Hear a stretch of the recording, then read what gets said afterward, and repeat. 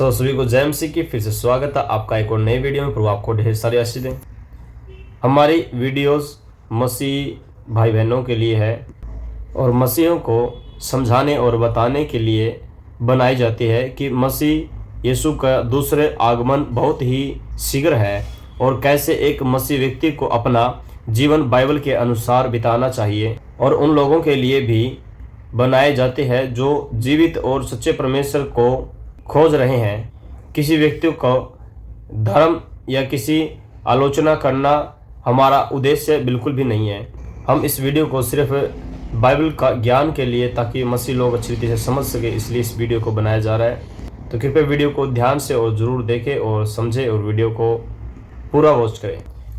आज की हमारी वीडियो है मसीह भाई बहनों के लिए। दरअसल मसीह बहन के लिए अधिकतर है, ताकि मसीह बहन इस वीडियो के द्वारा समझ सके। और जो आज का टॉपिक है थंबनेल आपने देख ही लिया होगा। तो आज के वीडियो के द्वारा हम जानेंगे क्या मसीह बहन श्रृंगार कर सकती है, नहीं कर सकती है, मंगलसूत्र पहन सकते हैं या फिर सिंदूर हम लगा सकते हैं। ऐसी कुछ वीडियो में बातें करेंगे। बिंदी लगा सकते हैं, नहीं लगा सकते हैं। तो आज हम देखते हैं कि बाइबल सबसे पहले शादी के विषय में क्या बोलते हैं। हम शादी के टॉपिक को हम पहले लेके आएंगे कि बाइबल शादी के विषय में क्या बोलती है। जब हम आदम हवा के विषय में देखते हैं, जब परमेश्वर ने आदम और हवा को बनाया तो परमेश्वर ने आदम को बोला कि तुम्हारी सहायक है। और परमेश्वर ने जो शादी की, सबसे पहले आदम और हवा की शादी की थी। और परमेश्वर ने कहा कि तुम एक दूसरे के साथ रहो करके प्रभु ने बोला, और एक दूसरे के और पशु पक्षियों की देखभाल करो करके प्रभु ने बोला। तो हम सबसे पहले शादी वाले में क्या देखते हैं। जब सबसे पहले शादी हुई थी वहां पर क्या था कि आदम हवा की जो उनको कोई मंगलसूत्र नहीं पहनाया गया। आदम ने हवा को मंगलसूत्र नहीं पहनाया या सिंदूर नहीं लगाया या बिंदी नहीं लगाई, उन्होंने कुछ नहीं लगाया। पहली शादी बिल्कुल सिंपल थी। और क्योंकि उस शादी को करने वाला परमेश्वर था, अब मनुष्य के द्वारा जो शादी की जाती है उसमें बहुत सारी बातें ऐड हो गई है, लेकिन पहले की शादी में ऐसा नहीं था। बाइबल कभी भी इजाजत नहीं देती है कि शादी के बाद औरत को अपने मांग में सिंदूर लगाना चाहिए या फिर माथे पर लाल बिंदी लगाकर अपने सुहाग की रक्षा करे, ऐसे कुछ करके बाइबल नहीं बोलती है।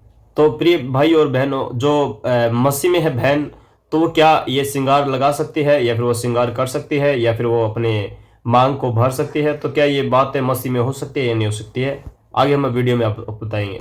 और आपको साफ साफ बता देते हैं, बाइबल इस बात के लिए एग्री नहीं है। बाइबल इस बात को नहीं बोलती कि आप सिंदूर लगाओ या फिर मंगलसूत्र पहनो, क्योंकि प्रभु ने ऐसा बाइबल में नहीं बोला कहीं पर भी। और अब बहुत सारे भाई बहनों का सवाल है कि जिसकी पहले शादी हो चुकी है, लेकिन वो पहले रीति रिवाजों के अनुसार उनकी शादी हुई है, लेकिन अब उनके मन में सवाल उठता है कि वो सही रीति से अब हम कर रहे हैं नहीं कर रहे हैं, अब वो श्रृंगार लगा सकते हैं नहीं लगा सकते। उन लोगों का ऐसा भी सवाल हो जाता है। अब उनके जीवन में सवाल आता है कि अब तो हम यीशु मसीह पर विश्वास करने लगे हैं, तो अब हमारा श्रृंगार करना अच्छा है या नहीं। तो उन सभी को यही कहना है कि जब हम प्रभु में नहीं थे, जब मसीह में नहीं थे, उससे पहले जो हमने किया वो सो किया, लेकिन अब जो हम मसीह में हैं, लेकिन अब हम ऐसा नहीं कर सकते हैं। अब हमें प्रभु का वचन अनुमति नहीं देता, इजाजत नहीं देता इन सब बातों की। अब हमें नहीं करना चाहिए। जब बाइबल मना करे तो हमें नहीं करना चाहिए, क्योंकि हम बोल सकते हैं कि पहले हमें यीशु मसीह के विषय में नहीं पता था, यीशु मसीह की आज्ञा के विषय में नहीं पता था। जब हमें पता लग जाता है यीशु मसीह की आज्ञा क्या है और यीशु मसीह हमें क्या बोलता है, तब हम नहीं कर सकते। और जिस बात के लिए यीशु मसीह हमें मना करता है, हमें उन्हें छोड़ना ही पड़ेगा। और हमें जीवन इस प्रकार से जीना चाहिए जिस प्रकार से बाइबल हमें जीवन जीने के विषय में बोलती है।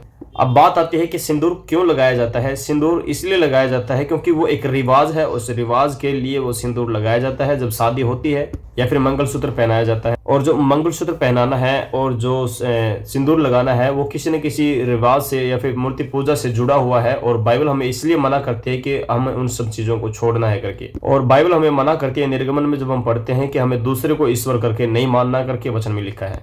हम वचन में देख सकते हैं, निर्गमन 20 अध्याय उसका 3 वचन में साफ साफ लिखा है, तू मुझे छोड़ दूसरे को ईश्वर करके ना मानना। जब वचन में हमें आज्ञा दी है कि तू उनको ईश्वर करके ना मानना, तो हमें नहीं मानना है करके प्रभु आज्ञा दे रहा है कि तू ऐसा नहीं करना है। तो जब हम अगर ऐसे ही रीति रिवाजों को मानते हैं, तो वचन क्या बोल रहा है कि तुम ऐसे उनको मान रहे हो, उनके देवी देवताओं को मान रहे हो, इसलिए वचन बोल रहा है कि तुम दूसरे को ईश्वर करके ना मानना। जो विधि शादी के समय में निभाई जाती है बाकी धर्मों में या फिर बाकी जगहों पर, जहाँ पर सिंदूर या मांग टीका भरा जाता है, सिंदूर है या मंगलसूत्र पहनाया जाता है, कि उस जगह पर किसी न किसी देवी देवता की पूजा की जाती है, उपासना की जाती है, आराधना की जाती है उनकी। और उनकी आराधना के स्वरूप में ये काम किए जाते हैं, सिंदूर लगाना और मांग भरना। और जैसे कि मंगलसूत्र पहनाना, जैसे कि मंगलसूत्र पहनाया जाता है, उसके पीछे भी किसी देवी देवता के अनुसार वो ठहराई हुई विधि है, जो कि प्रभु इस बात के लिए मना करता है, साफ साफ है। तो प्रभु नहीं चाहता कि जो मेरे को महिमा दी जाने वाली है वो किसी और को दे। प्रभु अपनी महिमा किसी को नहीं देता, वो खुद अपनी महिमा लेता है। जिसमें आप विश्वास में नहीं थे, आप अपनी इच्छा से चलते थे, उस समय प्रभु आपको नहीं बोलता था कि आपको इस रीति से चलना है या नहीं चलना है। लेकिन जब हम प्रभु यीशु मसीह में आ जाते हैं, जब हम मसीह में आ जाते हैं, तब प्रभु हमें आज्ञा देता है कि तुम्हें इस प्रकार से चलना है। लेकिन अब आप बाइबल के अकॉर्डिंग चलेंगे, अब प्रभु के वचन के अनुसार चलेंगे। तो क्या बाइबल इसकी इजाजत देती है? नहीं, बिल्कुल भी बाइबल इस चीज की इजाजत नहीं देती है। प्रभु का वचन हमें अनुमति नहीं देता है। एक बात मैं बिल्कुल ही क्लियर कर देता हूँ, हो सकता है मेरी वीडियो को अविश्वासी भी देख रहा हो, जो यीशु मसीह पर विश्वास नहीं करता वो भी शायद मेरी वीडियो को देख रहा हो। आपको लग रहा होगा कि मैं आपके रीति रिवाजों के खिलाफ जाकर के बात कर रहा हूँ, लेकिन ऐसी कोई भी बात नहीं है। हम सिर्फ वही बात करते हैं जो बाइबल में लिखा है, इसके अलावा हम कोई और बात नहीं करते। और जो कोई मसीह यीशु में आता है, हमें उसको किस प्रकार से चलना चाहिए, हम सिर्फ उस बात की ही गाइड देते हैं, इसी प्रकार के ही वचन को लेके आते हैं और यही आगे हम सिखाते हैं। किन कामों को करना सही है या गलत है, इस प्रकार से हम बाइबल के वचन के द्वारा बताते हैं। किसी भी जाति या धर्म के विषय में बात करना हमारा उद्देश्य नहीं है या मकसद नहीं है। अगर आपको इस वीडियो से ठेस पहुंच रही है तो प्लीज इस वीडियो को ना देखें, इस वीडियो को बंद कर दे प्लीज, क्योंकि हम सिर्फ वही बातें करते हैं जो बाइबल के अकॉर्डिंग होती है, जो बाइबल के अनुसार होती है। किसी भी धर्म के प्रति हमारा गलत बोलना या फिर उलट बोलना हमारा कोई उद्देश्य नहीं है, वरन हम बाइबल के ही के अनुसार बातें करते हैं। लेकिन अब सवाल आता है, क्या मसीह भाई बहन, अभी ये मसीह बहन ये कर सकती है, श्रृंगार कर सकती है, नहीं कर सकती है? बाइबल कभी भी इस बात की इजाजत नहीं देती है। बाइबल बिल्कुल ही साफ मना करती है, तो अब नहीं करना चाहिए। आप ये बोल के कि ये हमारा कल्चर है, आप कल्चर बोल के किसी और को महिमा नहीं दे सकते। अब मैं आपके लिए एक वचन पढ़ता हूँ जो कि लिखा है यूहन्ना 4 अध्याय उसका 4 वचन में इस प्रकार से लिखा है, हे बालको, तुम परमेश्वर के हो और तुमने उन पर जय पाई है, क्योंकि जो तुम में है वह उससे जो संसार में है बड़ा है। प्रभु का वचन बोल रहा है हमसे, जो प्रभु के बच्चे हैं, हे बालको, हमारे विषय में प्रभु का वचन बोल रहा है कि तुम लोगों ने उस पर जय पाई है जो संसार पर के जो संसार में है। हमने संसार में जो है उस पर क्या पाई है? विजय पाई है। प्रभु का वचन इस प्रकार से हमें बोल रहा है। और संसार के रीति रिवाजों पर तुमने जय पा ली है, तुम फतेह हो गए हो, इसलिए प्रभु का वचन बोलता है। और वचन में लिखा है कि इस प्रकार से कि तुम संसार से बड़े हो, जो संसार में है। वचन में लिखा है जो इस संसार में सबसे बड़ा है वो हमारे अंदर है। इस प्रकार से वचन में लिखा है। संसार से बड़ा कौन है? संसार से बड़ा यीशु मसीह है, परम प्रधान परमेश्वर है, उससे बड़ा कोई नहीं है। और वो हमारे अंदर है, जो हमारे अंदर वास करता है। परमेश्वर से बड़ा कोई नहीं है, परमेश्वर के तुल्य कोई नहीं है। परमेश्वर ही श्रेष्ठ है, परमेश्वर ही सबसे पहले है। हमारे लिए संसार बड़ा नहीं है, संसार के रीति रिवाज बड़े नहीं है, वरन परमेश्वर, हमारा जीवित परमेश्वर ही हमारे लिए सबसे बड़ा है। अब मैं एक वचन आपके लिए पढ़ने के लिए जा रहा हूँ, तो इससे आपका जो डाउट है वो क्लियर हो जाएगा, और आप कृपया ध्यान से सुने। वचन में लिखा है, पहला पत्र उसका 3 अध्याय उसका 3 वचन में इस प्रकार से लिखा है, तुम्हारा श्रृंगार दिखावटी ना हो, अर्थात बाल गूंथना और सोने के गहने या भांति भांति के कपड़े पहनना। तो यहाँ पर हम क्या देखते हैं? प्रभु का वचन बोल रहा है कि तुम अपने श्रृंगार को संसारिक श्रृंगार मत करना, बाल गूंथना, जिससे कि बालों को अलग अलग रीति से बनाना, बालों का स्टाइल करना, पफ बनाना, ऐसे प्रकार के प्रभु वचन में मना कर रहा है।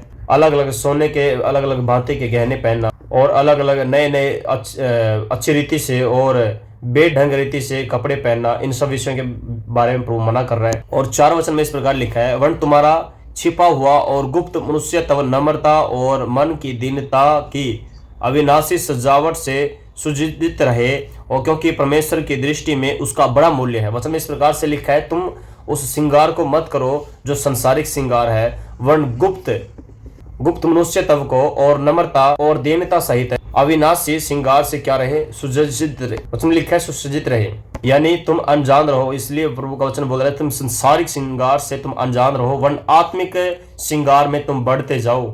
तो अब हम क्या देखते हैं? बहुत सारे स्टाइल आ गए हैं, बालों के हेयर स्टाइल हो गए हैं और मेकअप वगैरह हो गए हैं, और भी बहुत सारे श्रृंगार आ चुके हैं जो लेडीज करती है। इन सब बातों के लिए प्रभु हमें मना करता है। इन सब बातों के लिए प्रभु हमें एग्री नहीं है। इस बात को करने के लिए तुम कर सकते हो, प्रभु हमें मना करता है। बाइबल का कोई भी वचन आपको आज्ञा नहीं देता है, कोई भी वचन अनुमति नहीं देता है, क्योंकि जो भी साज श्रृंगार हो रहे हैं, जो भी मंगलसूत्र पहनाया जा रहा है या फिर बिंदी लगाई जा रही है या फिर मांग भरी जा रही है, इन सबों के पीछे एक उद्देश्य है, एक रीति है, रीति रिवाज बनाया गया है जो हिंदू देवी देवताओं को या किसी देवी देवताओं को वो बढ़ावा देता है या फिर आगे बढ़ने के लिए प्रभु में आपको रोकता है। तो इसलिए इन सब बातों से दूर रहे और आत्मिक श्रृंगार करे, जो कि आत्मा का श्रृंगार है। शारीरिक श्रृंगारों पर, दिखावटी बातों पर मन न लगाए, वरन आत्मिक और गुप्त बातों पर मन लगाए, जिससे परमेश्वर प्रसन्न होता है। तो अगर वीडियो अच्छी लगी है तो हमारी वीडियो को लाइक करें और वीडियो को शेयर करें और कमेंट करना ना भूलें, और चैनल को सब्सक्राइब जरूर करें। प्रभु आपको ढेर सारी आशीष दे। सभी को जय मसीह की।